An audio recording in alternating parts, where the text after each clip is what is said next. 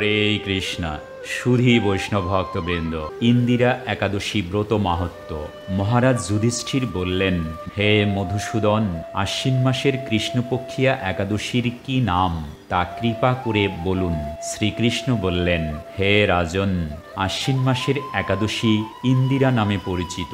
এই ব্রত প্রভাবে মহাপাপ বিনষ্ট হয়। এমনকি কর্মবিপাকে যারা নিম্নজনে লাভ করেছেন সেই পূর্বপুরুষদেরও উত্তম গতি লাভ হয়। তাই এই একাদশীর মাহাত্ম্য শোনা মাত্রই সামবেদীয় যজ্ঞফল প্রাপ্ত হওয়া যায়।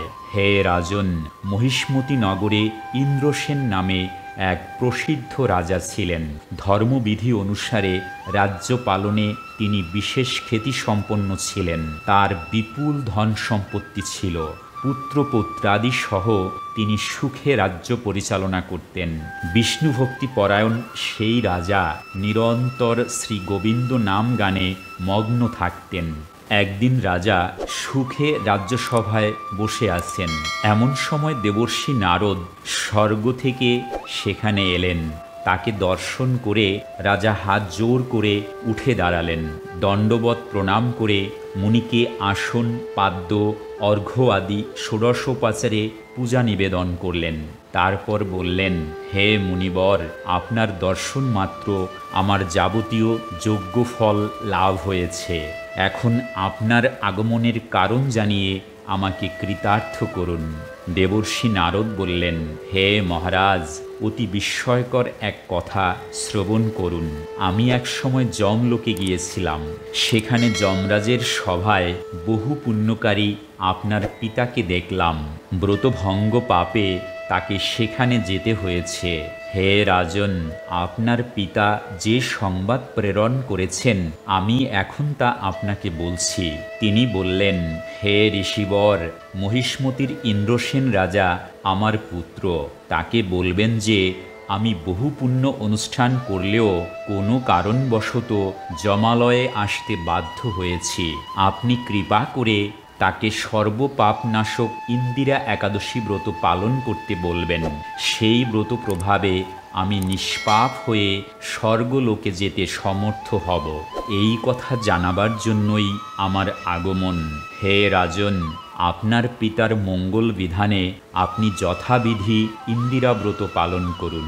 রাজা জিজ্ঞেস করলেন, হে দেবর্ষি, সেই ইন্দিরা ব্রতের বিধি কি? কোন তিথি বা কোন পক্ষে এই একাদশী ব্রত করা কর্তব্য তা কৃপা করে আমাকে বলুন। দেবর্ষি উত্তর দিলেন, হে মহারাজ, আশ্বিন মাসের কৃষ্ণপক্ষে দশমীর দিন শ্রদ্ধা সহকারে প্রাতঃস্নান করবেন। মধ্যাহ্নে ভক্তিভাবাপন্ন হয়ে পুনরায় স্নান করবেন এবং রাত্রিকালে ভূমিতে শয়ন করবেন। পরদিন একাদশীতে প্রাতকৃত্যাদি সমাপন করে নিরাহারে থাকবেন। ব্রতের নিয়মাবলী দৃঢ়ভাবে পালন করবেন। হে পুণ্ডরীকাক্ষ, হে অচ্যুত, এই শরণাগতের প্রতি কৃপা করুন। এভাবে শ্রদ্ধা সহকারে শালগ্রাম পূজা করে পিতার উদ্দেশ্যে ব্রতের ফল অর্পণ করবেন। দ্বাদশীর দিন সকালে ভক্তিভরে শ্রী গোবিন্দের পূজা করে ব্রাহ্মণ ভোজন করিয়ে অবশেষে নিজে মহাপ্রসাদ গ্রহণ করবেন। হে রাজন, বিধি অনুসারে শ্রীহরি এবং ভক্তদের অর্চন করলে আপনার পিতৃবর্গ মুক্তি লাভ করে শীঘ্রই বৈকুণ্ঠে গমন করবেন। রাজাকে এই উপদেশ দিয়ে দেবর্ষি নারদ প্রস্থান করলেন। রাজা ইন্দ্রসেন মুনিবরের উপদেশ অনুসারে পুত্র পরিজন সহ ভক্তি সহকারে এই ইন্দিরা ব্রতের অনুষ্ঠান করলেন। তখন দেবলোক থেকে পুষ্পবৃষ্টি হতে লাগল এবং তার পিতাও বিষ্ণুলোকে গমন করলেন। তারপর রাজা ইন্দ্রসেন নিজ পুত্রকে রাজ্যভার অর্পণ করে নিজেও বিষ্ণুলোকে ফিরে গেলেন। এই ইন্দিরা একাদশীর মাহাত্ম্য পাঠে ও শ্রবণে মানুষ সকল পাপ মুক্ত হয়ে বিষ্ণুলোক প্রাপ্ত হয়। প্রেম চেয়ে বলুন রাধে রাধে।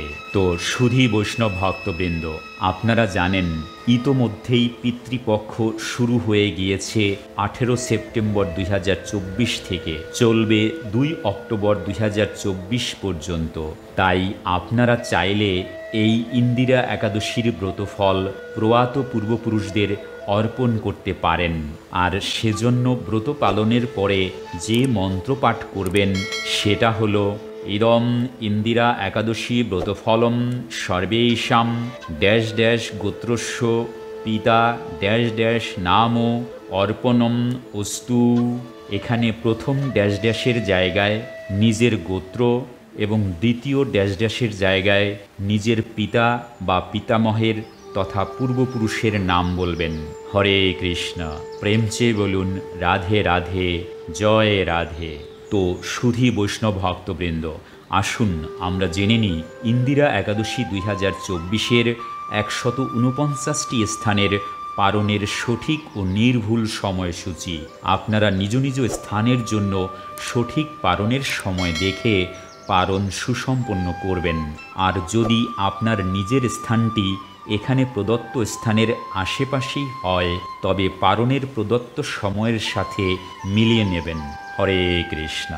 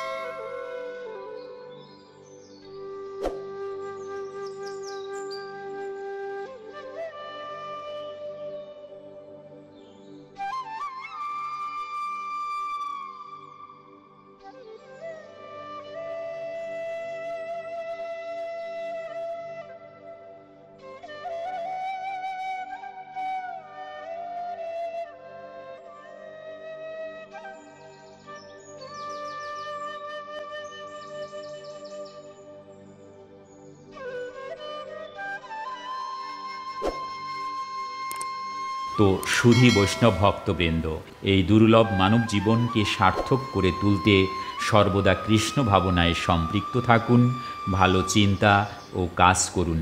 মনে রাখুন, জীবন ও মুক্তির পাথেয় পরমেশ্বর ভগবান শ্রীকৃষ্ণ। আর তাই এই ভিডিওটি ভালো লাগলে আর জীবন চলার পথের যে কোনো কঠিন সমস্যা ও পারমার্থিক জিজ্ঞাসার সহজ ও সঠিক সমাধান পেতে চ্যানেলটি সাবস্ক্রাইব করে পার্শ্বে থাকা বেল আইকনে ক্লিক করে রাখুন। লাইক, শেয়ার এবং কমেন্ট করুন। আজকের মতো এখানেই সমাপ্ত ঘোষণা করছি। দেখা হবে পরবর্তী কোনো আকর্ষণীয় পর্বে। ততক্ষণ পর্যন্ত আপনারা সকলেই ভালো থাকুন, সুস্থ থাকুন। হরে কৃষ্ণ, হরি বল।